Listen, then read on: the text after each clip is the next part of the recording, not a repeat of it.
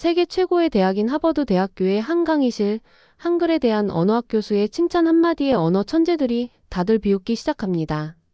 그리고 한글보다 우수한 언어들을 각자 소개하기 시작했죠. 과연 어떤 언어가 한글보다 우수할까요? 하지만 그들 모두 충격을 받은 채 백기를 들고야 말았습니다. 하버드 강의실에서 도대체 무슨 일이 있었던 걸까요? 한글의 놀라운 비밀 이야기 지금부터 시작합니다. 안녕하세요. 저는 하버드에서 언어학을 공부하고 있는 미국인 톤이에요. 그날의 일이 바로 어제 일처럼 너무나도 선명하게 떠올라요. 하버드 대학교의 하늘은 옅은 파란색이었어요. 시원한 바람이 하버드의 붉은 벽돌 건물을 스쳐갔어요. 저는 한 손에 공책과 필통을, 다른 손에는 김이 모락모락 나는 따뜻한 커피 한 잔을 들고 있었어요. 심장이 마치 북처럼 쿵쿵 뛰어서 사람들이 들을까 걱정될 정도였어요. 커다란 나무문 앞에 섰어요. 숫자가 새겨진 강의실 명판엔 204호라고 적혀 있었어요. 손끝이 찌릿찌릿했어요. 저 문 너머에는 전 세계에서 모인 20명의 똑똑한 학생들이 기다리고 있었거든요. 모두 언어와 문자에 대한 열정으로 뽑힌 친구들이었어요. 저도 그중 하나라 자랑스러우면서도 한편으로는 무서웠어요. 그들이 너무나도 똑똑하기 때문이죠. 문을 천천히 밀었어요. 예상보다 교실이 훨씬 밝았어요. 긴 창문으로 햇빛이 교실 안 책상 위에 춤추듯 내려앉았어요. 칠판이 앞벽 가득 펼쳐져 있었어요. 중간쯤 자리에 앉았어요. 주변에서 일본어, 프랑스어, 캄보디아어, 태국어, 인도어, 중국어 등 다양한 억양의 인사말이 속삭이듯 오갔어요. 오리엔테이션 때 본 익숙한 얼굴도 있었고 처음 보는 얼굴도 있었어요. 모두 진지한 표정이었어요. 모두 준비된 모습이었어요. 교수님이 모습을 드러냈어요. 은빛 머리카락에 반짝이는 안경을 쓰고 계셨죠. 미소는 없었어요. 칠판에 큼지막하게 세 단어를 적었어요. 코리안 이즈 베스트. 교수님이 우리를 바라보며 팔짱을 끼셨어요. 교실에 웃음이 출렁였어요. 저도 웃음이 터졌어요. 긴장된 어깨가 순간 풀리면서 잘못 들은 건 아닐까 싶었어요. 라틴 알파벳은 수천 년 역사를 자랑하고 스페인어는 고대로부터 전해져 왔잖아요. 하지만 고작 1446년에 만들어진 한글이 최고라니 믿기지 않았어요. 일단은 노트에 그대로 급히 따라 적었어요. 펜이 종이를 긁는 소리가 크게 들렸어요. 둘러보니 몇몇 친구가 눈썹을 치켜 올렸고 다른 친구들은 서로 웃고 있었어요. 저도 갑자기 얼굴이 달아올랐어요. 저는 미국인이에요. 영어 알파벳이 자랑스러웠거든요. 그런데 한글이 최고라고? 설마라고 속으로 생각했어요. 하지만 교수님은 웃지 않으셨어요. 차분한 목소리로 말씀하셨어요. 여러분에게 과제를 줄 거예요. 전 세계의 수많은 언어 중에서 한글보다 우수한 문자를 찾아 논리적으로 증명해 보세요. 그 말이 도전장처럼 교실에 가득 맴돌았어요. 가슴이 두근거렸어요. 기대감과 두려움이 뒤섞였어요. 노트는 이미 펼쳐져 있었고 머리는 빠르게 돌아갔어요. 한글보다 나은 문자? 그런데 내가 한글도 잘 모르는데 어떻게 알 수 있을까? 교수님이 이어서 말씀하셨어요. 자료를 조사하고 발표하고 논리적으로 방어하세요. 논리적이고 정확하게 증명해야 합니다.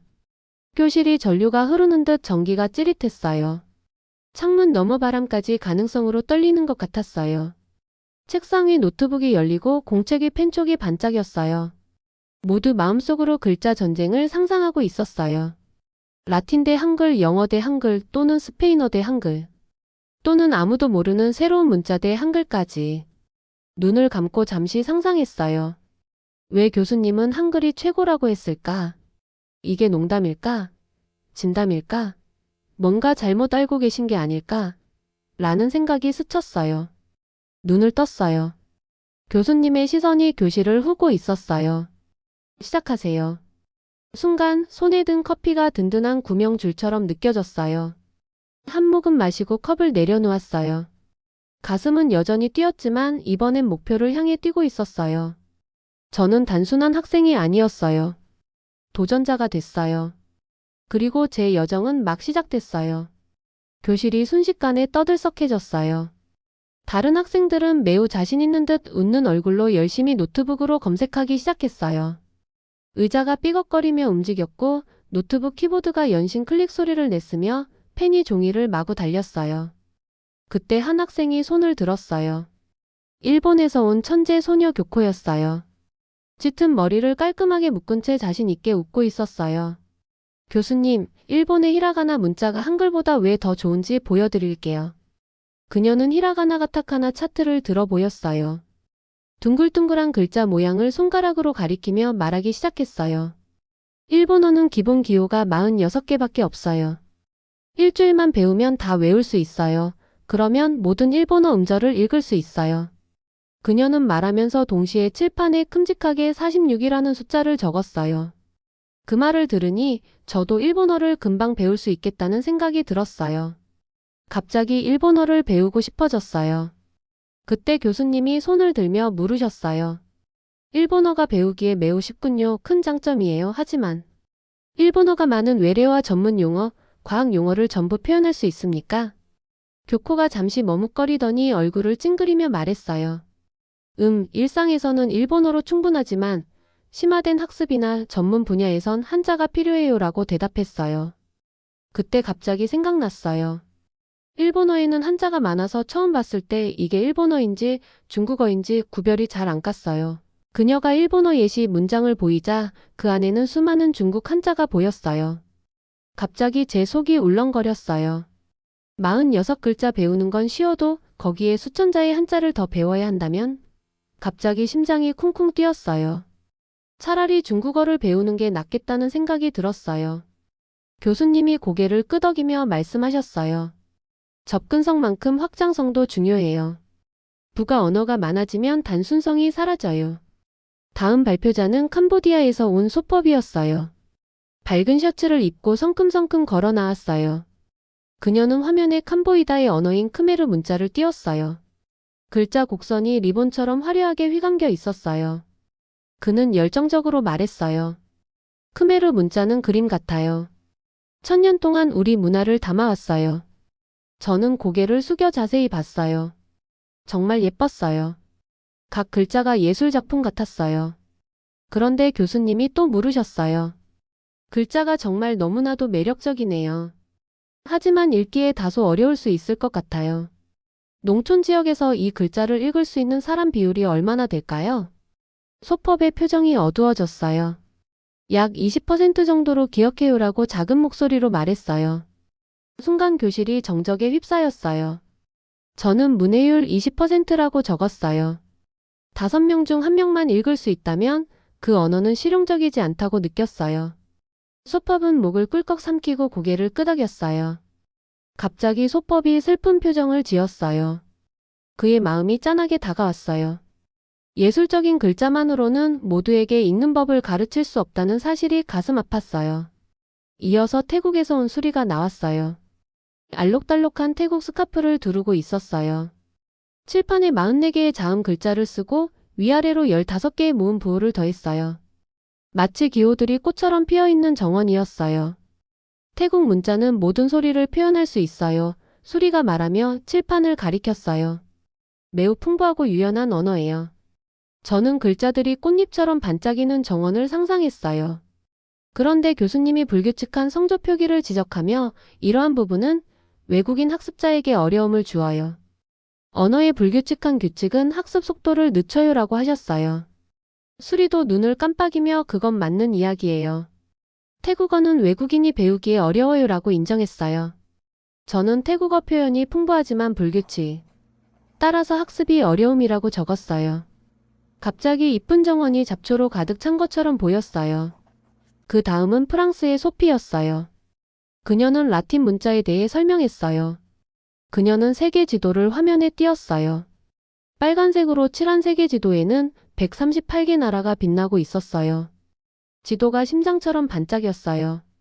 라틴 문자는 전 세계를 연결해요. 소피가 말했어요. 인터넷 콘텐츠의 70%가 라틴 문자로 작성돼요. 그 말은 그만큼 많은 사람들이 라틴어를 사용하다는 의미죠. 한글보다 우수하기 때문이에요. 그러면서 그녀는 일부 단어들을 예시로 제시했어요. 학생들이 감탄하며 보고 있을 때 갑자기 교수님이 질문하셨어요. 라틴어는 철자와 발음이 항상 일치하나요? 소피가 입술을 꾹 깨물며 아니요. 사실 그 부분 때문에 많은 사람들이 어려워해요. 말은 할 수 있어도 읽지 못하는 경우가 많아요라고 답했어요. 다음은 인도 출신의 아밋이 나왔어요. 그는 산스크리트어 문자를 설명했어요. 완벽한 문법과 깊은 철학을 이야기하며 세로선과 동그라미를 우아하게 칠판에 그렸어요. 신성한 사원 같은 느낌이었어요. 다들 넋이 나가서 그의 설명을 듣고 있었어요. 그때 교수님은 오늘날 인도에서 산스크리트어 사용자 수가 얼마나 되죠? 라고 물으셨어요. 아밋은 약 2만 명이에요 라고 대답했어요. 저는 소름이 돋았어요. 인도인이 15억 명인데 사용자가 고작 2만 명. 이런 사원이 계속 존재할 수 있을까요? 다음은 중국의 리웨이였어요. 드디어 그녀가 중국의 한자에 대해 발표했어요. 5천년 역사를 이야기하며 중국 문자의 변천사를 보여줬어요. 리웨이가 뿌듯해하고 있을 때 교수님이 말씀하셨어요. 중국어는 너무나도 좋은 문자예요. 하지만 농촌의 고령층 문맹률이 83%예요 라고 지적하셨어요. 아무리 뿌리가 깊어도 모두가 읽지 못하면 열매를 맺을 수 없어요. 이렇게 해서 수업이 끝나가고 있었어요. 많은 언어들이 도전했지만 결국 한글 앞에 주저앉았어요. 각각의 언어들은 다양한 장점과 아름다움, 역사와 힘이 있었지만 복잡성, 낮은 문해율, 불규칙성, 적은 사용자 수, 높은 문맹률이라는 치명적 약점이 있었어요. 교수님은 다른 학생들에게 동일한 과제를 주시며 오늘 수업을 끝내셨어요. 저는 가방을 천천히 챙겼어요. 머릿속이 분주했어요. 제 차례는 다음이었어요. 설레면서도 두려웠어요. 시원한 하버드 바깥 공기를 마시며 파란 하늘을 올려다봤어요. 대결 구도가 선명했어요. 문자들은 저마다 힘과 한계를 보여줬어요. 이제 제가 한글보다 더 나은 문자를 찾을 차례였어요. 아니면 왜 어떤 문자도 한글을 이길 수 없는지 배우게 될 거예요. 가슴이 또 쿵쿵 뛰었어요. 도전이 시작됐어요. 다음날 아침이 왔어요. 교실에 들어갔을 때 심장이 가슴속에서 북처럼 울렸어요. 바깥 공기는 선선했고 높은 창문 사이로 햇빛이 나무 바닥에 길게 그림자를 드리웠어요. 오늘은 제가 발표할 차례였어요. 지난 수업에서 친구들이 자신의 언어에 대해 자신 있게 발표하다가 교수님 질문에 당황하는 모습을 봤어요. 이제는 그 스포트라이트가 저한테로 향할 거예요. 저는 강의실 앞으로 나갔어요. 저는 심플한 포스터보드를 들고 섰어요. 그 위에 85개의 기호를 가지런히 그려 놓았어요. 동그라미에 선이 있고 갈고리 모양의 점이 있고 꼬리가 있는 곡선처럼 보이는 작은 그림들이었어요. 이 기호들은 1821년에 시코야라는 사람이 만든 체로키 음절문자였어요. 저는 숨을 깊이 들이쉬고 발표를 시작했어요. 안녕하세요, 여러분. 오늘은 체로키 문자에 대해 이야기하려고 해요. 처음에 목소리가 떨렸지만 곧 진정했어요. 시코야는 자기 부족이 자신만의 말을 읽고 쓰길 원했어요. 그는 영어 문자를 배우지 못했거든요. 그는 백인이 글 쓰는 모습을 지켜보며 스스로 익혔고 85개의 기호를 발명했어요. 각 기호는 체로키어 하나의 음절 소리를 나타내요. 포스터 첫 줄 기호를 손가락으로 가리켰어요. 이 기호들은 가고 기 같은 음절이에요. 배우기 정말 쉬워요. 보드를 탁 두드리며 말했어요. 교실 여기저기서 고개를 끄덕이는 얼굴이 보였어요. 자신감이 불쑥 피어났어요. 드디어 한글을 이길 수 있는 언어를 찾아냈다는 생각이 들었어요. 이번에는 시각적으로 보여주려고 체로키 피닉스 복제본을 꺼냈어요. 흑백 사진과 아름다운 기호들이 줄지어 있었어요. 그는 이 신문을 매주 찍었어요. 아무도 못 읽던 문자로 신문을 찍고 3년 만에 수천 명에게 읽는 법을 가르쳤어요. 정말 놀라운 일이요. 저는 잠시 멈췄어요. 에어컨 소리만 부드럽게 울렸어요. 친구들이 궁금한 눈빛으로 계속해서 저를 바라보고 있었어요. 교수님은 제 이야기에 차분히 집중하고 계셨어요. 체로키 음절 문자가 한글을 이길 수 있는지 제가 증명하길 기대하는 눈빛이었어요. 다음 슬라이드를 넘겨서요. 언어별로 학습 시간을 비교하는 차트가 나왔어요. 왼쪽엔 체로키 85기호, 오른쪽엔 한글 24자라고 쓰여 있었어요. 체로키 아래에는 문해율 100%까지 3년이라고 적혀 있었어요. 한글 아래에는 학습이 매우 어려움이라고 적었어요. 한글도 좋은 언어임에는 틀림없어요. 한국은 몇십 년 만에 문맹을 거의 없앴어요. 하지만 체로키는 3년 만에 문해율 100%를 기록했어요. 몇몇 친구가 고개를 끄덕였어요. 드디어 비교를 명확히 보여주면서 한글을 이겼다는 사실이 뿌듯했어요. 하지만 여기서 멈추고 싶지 않았어요. 더욱더 많은 이야기를 들려주고 싶었어요. 저는 시코야의 이야기를 했어요. 불가에 앉아 나무 껍질에 기호를 새기는 조용한 모습, 결심과 피로와 희망이 뒤섞였을 그의 감정을 상상하며 말했어요. 그는 혼자 일하며 조롱을 무릅썼어요. 내가 뭐 할 수 있겠어라는 말을 들었지만 부족을 사랑했기에 포기하지 않았어요. 그 다음 현대 체로키 아이들이 교실에서 연필로 같은 기호를 따랐으며 환히 웃는 사진을 보여줬어요. 저 아이들을 보세요. 자부심을 갖고 자기 문자를 배웠어요. 친구들이 고개를 끄덕이고 있었어요. 한 친구는 제게 엄지척을 보여주었어요. 마침내 체로키 문자가 한글을 이긴 순간이었어요. 저는 교수님을 바라보았어요. 저에게는 더 이상 아무 질문도 할 수 없을 거라고 생각했어요. 그때 교수님이 앞으로 몸을 기울이며 물으셨어요. 오늘날 체로키 문자를 사용하는 사람이 몇 명인가요? 목이 턱 막혔어요. 이미 예상했던 질문이기에 100번은 연습한 대답이었어요. 약 3,000에서 5,000명이에요. 언어 교육 프로그램이 있지만 많은 체로키 사람이 영어를 더 사용해요. 교수님이 고개를 끄덕였어요. 한글은요? 숨을 고르고 말했어요. 최소 5천만 명이에요. 거의 모든 한국인이 항상 한글을 사용해요. 문맹률이 0%죠. 교수님이 살짝 미소 지으셨어요.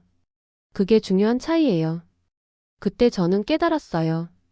아무리 체로키 음절 문자가 아름답고 기발해도 한글만큼 살아있는 공동체를 못 따라간다는 걸. 시코야의 선물은 부족의 문해율을 상당히 많이 높였지만 한글은 대한민국 나라 전체를 아우르고 있었어요. 한 발짝 물러서서 마무리했어요. 체로키 문자는 놀라운 성취예요. 한 사람의 헌신이 무엇을 이룰 수 있는지 보여주고 있죠. 그러나 한글을 이길 수는 없네요. 자리로 돌아왔어요. 여러 가지 감정이 밀려들며 가슴이 뛰었어요. 잠시 교실이 고요하더니 교수님이 박수를 치셨어요. 곧 모두가 제게 박수쳤어요. 안도감과 자부심 그리고 살짝 아린 슬픔이 섞였어요. 최선을 다했어요. 비록 한글을 이기진 못했지만 친구들과 교수님의 응원을 얻었어요. 포스터를 접으며 시코야가 횃불 아래 기호를 새기던 모습을 떠올렸어요. 체로키 문자를 만들던 그때가 떠올랐어요. 동시에 수백 년 전 세종대왕이 학자들을 모아 문자를 설계하던 순간도 떠올랐어요. 꿈꾸는 두 사람이 각자의 시대에 자신의 백성에게 언어의 힘을 선물했어요. 강의실은 따스한 오후 햇살에 눈이 부셨어요. 글자체계는 단지 영리한 설계가 아니었어요. 사람들의 마음속에서 살아 숨쉬는 이야기였어요. 다음 강의가 이어졌어요. 살짝 피곤했지만 궁금했어요. 과연 어떤 언어가 한글을 이길 수 있을까? 교수님이 앞에 서서 두 손을 등 뒤로 모으고 계셨는데 차트나 그래프는 가리키지 않으셨어요. 교수님은 이야기를 말하기 시작하셨어요. 잠시 눈을 감아보세요라고 하셔서 저도 감았어요. 밝은 교실이 사라지는 것처럼 느껴지고 교수님 차분한 목소리만 들렸어요. 1910년의 한국을 떠올려 보세요. 그땐 한국은 외국 통치 아래 있었어요. 바로 일본이었죠. 자기 말로 말하는 것조차 위험할 수 있었죠. 일본은 한국어를 없애기 위해 모든 사람의 이름을 일본 이름으로 바꾸도록 지시했고 학교에서도 일본어만 사용했어요. 그런데 밤이면 비밀 오두막에 사람들이 모여 한글을 배웠어요. 촛불을 켜고 속삭이듯 글자를 익혔어요. 어린이와 어른 모두 목숨을 걸고 1446년에 세종대왕이 만든 글자를 배웠어요. 친구들의 반응이 궁금했어요. 다들 눈을 감은 채 교수님의 이야기를 상상하는 듯 했어요. 교수님이 이야기를 이어가셨어요. 나무로 된 작은 집이 있어요. 안에서는 할머니가 손가락으로 흙바닥에 한글 자모를 그렸어요. 젊은이가 종이 조각 위에 똑같이 따라 썼어요. 바깥에선 언제든 감시인이 들이닥칠 수 있었어요. 공기엔 연기와 두려움 그리고 희망이 섞여 있었어요. 1953년 한국전쟁이 끝난 뒤 온 나라는 폐허였어요. 공장은 사라지고 도시는 잿더미가 되었으며 농장은 텅 비었어요. 그런데 사람들은 야학교를 만들었어요. 낡은 건물, 헛간, 기차, 객차까지 활용해서 한글을 깨진 판자에 적었어요. 농부 어머니, 군인 누구든 찾아온 사람들에게 글자를 가르쳤어요. 글을 읽고 쓸 수 있게 되면 삶을 다시 세울 수 있다고 믿었어요. 무너진 교회 안교실이 있어요. 교사는 판지 조각에 쓴 한글 글자를 사람들에게 보여줬고, 찢어진 외투를 입은 어머니가 아이 옆에 바짝 다가가 글자 소리를 하나하나 알려줬어요. 교수님의 목소리가 뭉클해졌어요. 교수님이 잠시 멈추셨다가 말씀하셨어요. 한글이 살아남은 건 사람들이 사랑했기 때문이에요. 지키고 가르쳤기 때문에 세대에서 세대로 이어졌어요. 그래서 오늘날 거의 모든 한국인이 읽고 쓸 수 있는 거예요. 교수님이 저를 바라보며 말씀하셨어요. 토니 학생이 체로키 문자가 영리하다는 걸 보여줬어요. 이제 우리가 기억해야 하는 건 영리한 설계 뒤에 공동체가 있어야 한다는 거예요. 마침내 수업이 끝나고 우리는 조용히 교실을 나왔어요. 밖에 나오니 따뜻한 햇살이 얼굴을 감쌌어요. 저는 문자 체계를 꽃밭에 비유했어요. 어떤 꽃은 한 계절만 피고 지지만 한글 같은 꽃은 정성스런 정원사가 돌봐주기에 해마다 피어나요. 그날 저녁 강가를 걸었어요. 분홍 구름이 물에 반짝였어요. 공책을 꺼내 두 칸을 그렸어요. 체로키 음절문자 반짝이는 불꽃 하지만 작은 정원. 한글 꺼지지 않는 불씨 그리고 넓은 숲. 공책을 덮었어요. 한글에 대한 새로운 존경이 생겼어요. 영리한 설계뿐 아니라 비밀 학교에서 지킨 손길, 폐허 마을에서 소리내어 쓴 목소리, 수많은 평범한 사람들의 끊임없는 희생까지 모두 존경스러웠어요. 그 순간 어느 문자도 한글을 이길 수 없는 이유를 이해했어요. 단순한 글자 체계가 아니라 살아 숨쉬는 생존과 용기와 사랑의 이야기였어요. 늦은 오후 햇빛이 사라지고 밤이 되었어요. 저는 작은 기숙사 방에 혼자 있었어요. 저는 새로운 결심을 했어요. 한국인들이 그렇게 지키고자 했던 한글을 저도 배우고 싶었어요. 저는 새 종이와 연필을 꺼내 한글을 쓰기 시작했어요. 카나 다 람마바를 하나씩 썼어요. 라틴 알파벳과 달라서 신기했어요. 카나 다 람마바 하고 발음 기호를 보면서 소리내어 말해보았어요. 창밖에선 보스턴 방거리 소음이 멀리 들렸지만 제 세상은 종이와 숨소리로 좁혀졌어요. 마음이 차분하고 집중되면서 호기심이 커졌어요. 교수님이 하신 말이 떠올랐어요. 세종대왕은 백성들이 한글을 쉽게 배울 수 있도록 설계했어요. 그리고 그 결과 모두가 배우기 쉽게 만들어졌어요. 그리고 사람들의 헌신이 힘을 더했어요. 비밀교실에서 촛불 아래 한글을 가르치던 이야기, 등불 아래 농부들이 글자를 익히던 장면, 폐허 마을 어머니들이 자녀에게 가르치던 순간이 스쳐갔어요. 그 헌신이 이 한글을 한나라의 목소리로 키웠어요. 글자를 직접 써보니 더 짜릿했어요. 진짜 한국어 단어를 만들어가는 느낌이었어요. 갑자기 소리를 들어보고 싶어졌어요. 폰에서 번역기 앱을 열고 글자를 입력하니 한글을 읽는 맑은 목소리가 들렸어요. 한글 하나하나가 부드럽고 리듬감 있게 들렸어요. 따라서 말을 하니 서툴지만 신이 났어요. 아이처럼 계속 말했어요. 문자 체계란 이래서 필요한 거구나 생각했어요. 살아있는 한국 사람의 일부가 된 느낌이었어요. 한글을 공부하는 걸 넘어 그 이야기 속에 들어간 기분이었어요. 그날 오후 룸메이트에게도 한글 몇 개를 가르쳐줬어요. 한글을 쓰며 깔깔 웃었어요. 봐봐, 사사 같은 간단한 단어를 만들어 보더니 아기말 같다고 웃었어요. 재미있어요. 하고 룸메가 말했어요. 저도 공감했어요. 저녁에 책상에 앉아 일기장에 썼어요. 문자는 단순한 글자라고 생각했어요. 하지만 이제 문자는 과거와 현재, 사람과 이야기 사이를 잇는 다리라는 걸 알게 되었어요. 그리고 한글은 내가 건너본 가장 튼튼한 다리예요. 일기장을 덮고 그리스 알파벳 포스터를 바라봤어요. 갑자기 글자가 고요하게 느껴졌어요. 아름답지만 말이 없었어요. 옆에 놓인 한글 연습장은 소리와 생명으로 울렁이고 있었어요. 바뀐 제 모습을 깨달았어요. 여전히 알파벳과 문자 연구를 좋아하지만 그 뒤에 숨은 사람들을 더 사랑하게 됐어요. 내일은 새로운 한글 단어들을 배우고 새로운 단어를 쓸 거예요. 매번 촛불 아래 농부, 야학교 아이들, 한글을 살린 수백만 사람을 떠올릴 거예요. 교실 도전으로 시작된 여정이 더 큰 깨달음으로 이어졌어요. 글자를 새롭게 보는 법, 사람을 새롭게 보는 법. 한글은 문자 책의 그 이상이었어요. 살아있는 이야기였고 저도 그 일부가 되었어요. 이렇게 해서 하나버드 대학생의 이야기를 들어보았습니다. 우리 한글 자랑스럽습니다. 구독과 좋아요 눌러주시면 더욱더 좋은 이야기로 보답하겠습니다. 감사합니다.